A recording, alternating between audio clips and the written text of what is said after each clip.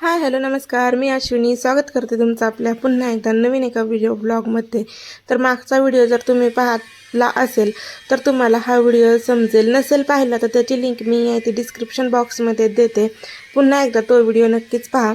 तर या इथे वाजले होते सकाळचे 4:45। तर लवकर उठायचं काय कारण आहे ते पाहण्यासाठी नक्कीच व्हिडिओ स्किप न करता शेवटपर्यंत नक्कीच बघा। तर या इथे 4:45 वाजेपर्यंत माझी आंघोळ वगैरे आवरली होती आणि मी लिंब तोडून घेतली। का तर मला करायचे होते मंगळवार, म्हणजेच काळूबाईचे जे 11 मंगळवार असतात ते।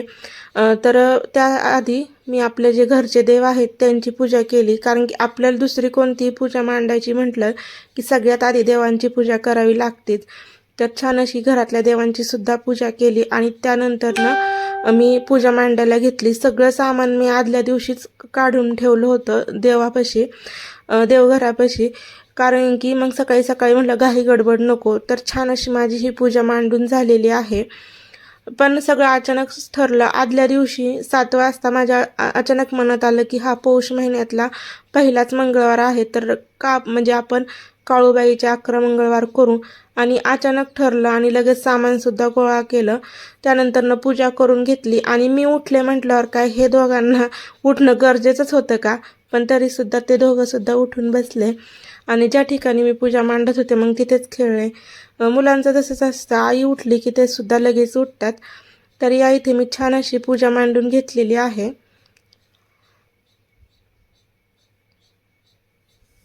याआधी मी हे व्रत केलं होतं, ते म्हणजे लग्नाच्या आधी 6-7 वर्ष 7 वर्ष तरी झाले असतील, त्यावेळेस हे व्रत केलं होतं। तर म्हटलं चला पुन्हा एकदा ते व्रत आपण करूयात। त्याच्यामुळं आता 11 मंगळवार मी हे व्रत करणार आहे। छान असं गावाकडील सकाळचं वातावरण झालं होतं, लवकर उठल्यामुळे कामं पण लवकर आवरतात। तर या इथे डबा करायला घेतला, म्हणजे साईच्या डब्यासाठी गवारीची भाजी केली होती, तसेच पावट्याची शेंग पण केली, म्हणजे घरच्यांसाठी, कारण की मला तर काही उपवासच होता आणि पुढे म्हणजे आम्हाला करायचा होता तो म्हणजेच पोळ्यांचा स्वयंपाक। कारण की आपण जेजुरीला जे कार्यक्रम केला जागरण गोंधळाचा, तर त्यांनी सांगितलं होतं की घरी गेल्यानंतर सुवासनी जेवण घाला, तसेच मुलंसुद्धा जेवण घाला। तर या इथे मी घरात भाज्या करेपर्यंत चुलीवर छान अशा चपात्या चालल्या होत्या। चपात्या भाकरी झाल्यानंतर त्याच चुलीवर डाळ शिजायला घातली। तर मस्तपैकी तुम्हाला आज आपला चुलीवरचा पुरणाचा स्वयंपाक पाहायला भेटेल। तर या इथे डाळ चांगली शिजल्यानंतर ती परतून सुद्धा, म्हणजे गूळ कालून परतून घेतली। त्यानंतर मी गुळवणीसुद्धा केली, म्हणजे गॅसवर आणि चुलीवर असं केलं की लवकर स्वयंपाक होतो। डाळसुद्धा घातली होती, कारण की पुरणावरणाचा स्वयंपाक असं म्हणतात।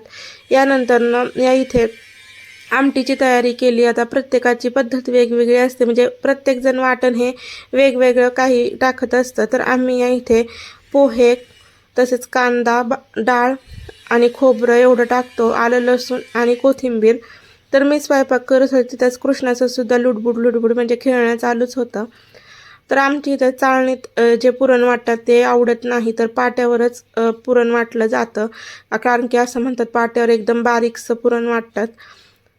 तर या इकडे मी भाज्याची सुद्धा तयारी करून घेतली होती आणि छान अशी आपली आमटी जी आहे ना चुलीवर उकळत आहे।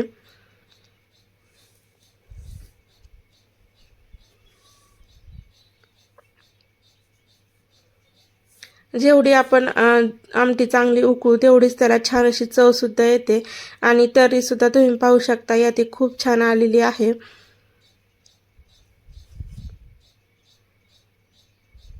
तर हा व्हिडिओ जास्त काही मोठा करायला जमलं नव्हतं, कारण की उपवास पण होता आणि या दिवशी मी काहीच खाल्लं नव्हतं, उपवासाचं खिचडी वगैरे काहीच नाही आणि घरातली बाकीची कामं जी आहेत ती पण करायची होती।